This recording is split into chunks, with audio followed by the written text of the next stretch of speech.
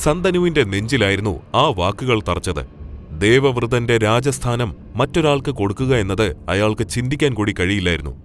അങ്ങനെ മറുപടിയില്ലാതെ സന്തനു ആ വീട്ടിൽ നിന്നും വന്നിറങ്ങി. സത്യാവതിയുടെ ഓർമ്മകളായിരുന്നു അയാളുടെ മനസ്സ് നിറയെ. തന്റെ മകനു വേണ്ടി അവളെ മറക്കാമെന്ന് സന്തനു തീരുമാനിച്ചു. എന്നാൽ അത്ര എളുപ്പമായിരുന്നില്ല ആ കാര്യം. രാജ്യകാര്യങ്ങളിൽ അയാളുടെ ശ്രദ്ധ നഷ്ടപ്പെട്ടു. പതിയെ പതിയെ സന്തനു മാനസിക സമ്മർദ്ദത്തിലായി. തന്റെ പിതാവിന്റെ ഈ അവസ്ഥ കണ്ടു നിൽക്കാൻ ദേവവൃതന് സാധിക്കുന്നുണ്ടായിരുന്നില്ല. ശേഷം ദേവവൃതൻ തന്റെ അച്ഛനെയും കൂട്ടി സത്യാവതിയുടെ വീട്ടിലേക്കെത്തി. സത്യാവതിയുടെ അച്ഛനും അവിടെ ഉണ്ടായിരുന്നു. അവരെല്ലാം കേൾക്കെ ദേവവൃതൻ ഒരു ശപഥം ചെയ്തു. ദേവവൃതൻ എന്ന ഞാൻ ഹസ്തിനപുരത്തിന്റെ യുവരാജാവ് എന്ന പദവി ഇവിടെ ബഹിഷ്കരിക്കുകയാണ്. ഇനി ഭാവിയിൽ ഒരിക്കലും ഞാൻ ഹസ്തിനപുരത്തിന്റെ രാജാവാകില്ല.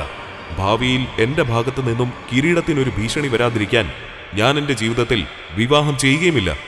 ഒരു പൂർണ്ണ ബ്രഹ്മചാരിയായി ഞാൻ എന്റെ ജീവിതം ജീവിക്കുന്നതാണ്. കേട്ടുനിന്ന എല്ലാവരും ഞെട്ടി. സന്തനുവിന് അത് സഹിക്കാൻ കഴിയുന്നുണ്ടായില്ല. തന്റെ പിതാവിനു വേണ്ടി സ്വന്തം കിരീടാവകാശവും ജീവിതവും സമർപ്പിച്ച തന്റെ മകനെ അയാൾക്ക് വിശ്വസിക്കുവാൻ കഴിഞ്ഞില്ല. ശേഷം സന്തനു സത്യവതിയെ വിവാഹം കഴിച്ചു. വർഷങ്ങൾക്ക് ശേഷം അവർക്ക് 2 കുട്ടികളും പിറന്നു. തന്റെ കഠിനമായ ശപഥം ലാഘവത്തോടെ യാഥാർത്ഥ്യമാക്കിയ ദേവവൃതനെ നാട്ടുകാർ വളരെയധികം സ്നേഹിക്കുവാനും ആരാധിക്കുവാനും തുടങ്ങി. അവർ പിന്നീട് അയാളെ മറ്റൊരു പേരിൽ വിളിക്കുവാൻ ആരംഭിച്ചു, ഭീഷ്മ.